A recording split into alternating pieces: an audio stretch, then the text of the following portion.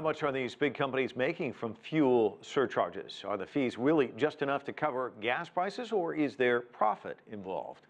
I want to bring in Kent Moores. He's an energy strategist and the executive chair of the Money Map Global Energy Symposium. He's joining us from Pittsburgh.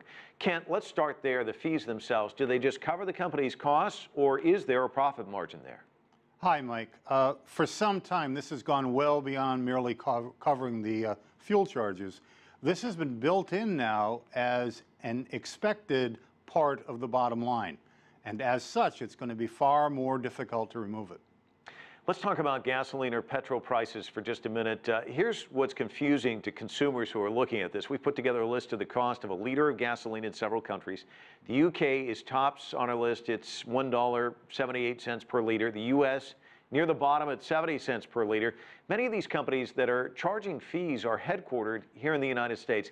And then there's this gasoline prices down nearly 25% in the United States over the past year. Prices also cheaper across much of Europe and Asia. So how do these companies actually charge these fees? How can they justify it? We're looking at the statistics right there. Well, you witnessed one of the attempts to justify it in the small segment that you had from this representative from one of the companies. An attempt to rebalance prices doesn't make a great deal of sense unless you know what it's being rebalanced to. If it's merely a question about what it costs to move from point A to point B, fuel charges ought to represent a percentage of what the fuel actually costs. But what we see the companies doing these days is not simply talking about price readjustments. They're also talking about the necessity to deal with peak deliveries. There are now complaints from FedEx that the average package is heavier. These are excuses to continue a process that is no longer justified in terms of what it was originally designed to set up to do.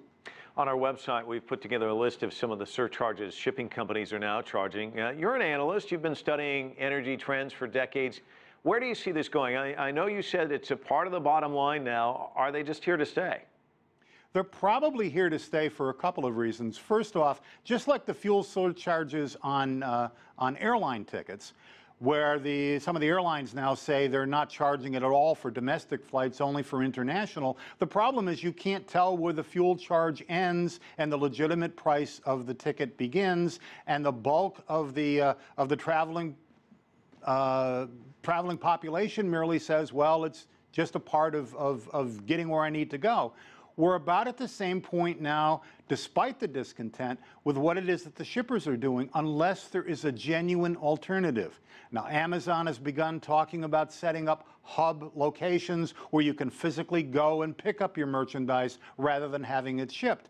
But that's not a realistic alternative for most of the people in the United States, let alone worldwide. We may be stuck here. A situation like this, Mike, has to be decided by the market, but when the market has no genuine alternatives, there's very little you can do.